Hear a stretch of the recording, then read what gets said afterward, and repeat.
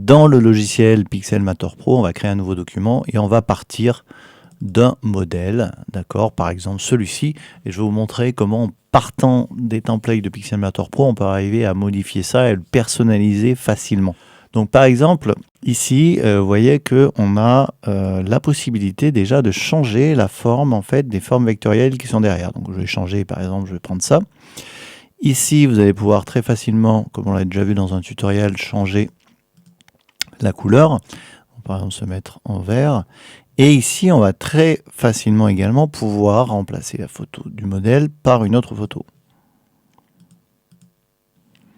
Admettons que je prenne cette photo, donc vous voyez déjà, on est complètement ailleurs. Vous pouvez modifier les titres, mais très rapidement. OK. Par exemple, stage photo, et ici, Grenoble. Alors, vous avez plusieurs textes, hein, vous voyez, si je veux sélectionner celui-là, par exemple, rejoignez-nous à Grenoble, par exemple. Et si je veux personnaliser un petit peu ma forme vectorielle, eh bien, je vais ouvrir mon calque ici.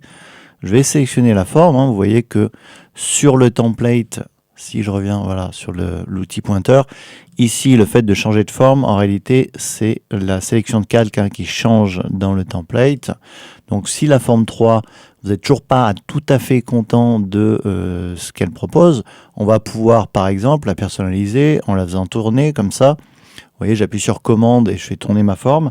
Si je veux qu'elle soit parfaitement alignée, j'appuie sur Shift. Et vous voyez, ça va permettre de passer sur une inclinaison parfaite, donc par exemple à 45 degrés.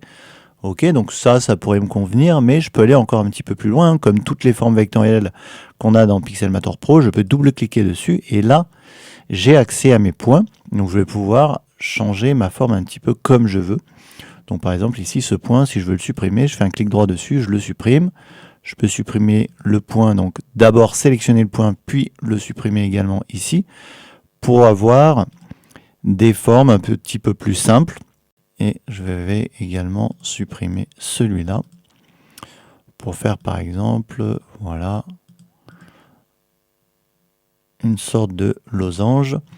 Et vous pouvez tout à fait décider après de, par exemple, voilà, faire une forme un petit peu plus une forme différente de ce qu'il y avait au départ. Vous pouvez également rajouter des points. Alors si la courbe ne vous plaît pas, vous pouvez double-cliquer dessus, voilà, pour la supprimer. Et vous allez pouvoir, par exemple, jouer ici, par exemple, sur cette photo avec le sol.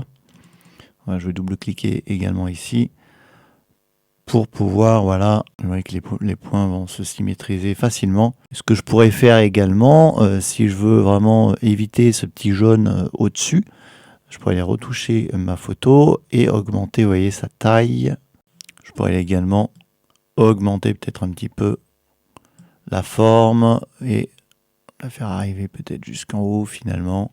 Resélectionner ma photo et la grossir jusqu'en haut. Donc vous voyez qu'en partant d'un template, rapidement on peut avoir un résultat sympa en touchant un peu les formes vectorielles, remplaçant la photo. On pourrait changer également les polices, mais vous voyez que ça va extrêmement vite de personnaliser un template dans Pixelmator Pro. Voilà pour la petite astuce design de la semaine. Merci de l'avoir suivi. Comme d'habitude, si vous avez des questions, n'hésitez pas à la poser dans les commentaires sous la vidéo. N'hésitez pas également à vous inscrire à la plateforme de formation en ligne. Elle est ouverte depuis le 8 septembre. Il y a bientôt 3 formations en ligne et normalement 4 d'ici la fin de l'année. Donc n'hésitez pas à nous rejoindre. Et moi je vous dis à dimanche prochain pour la prochaine astuce design.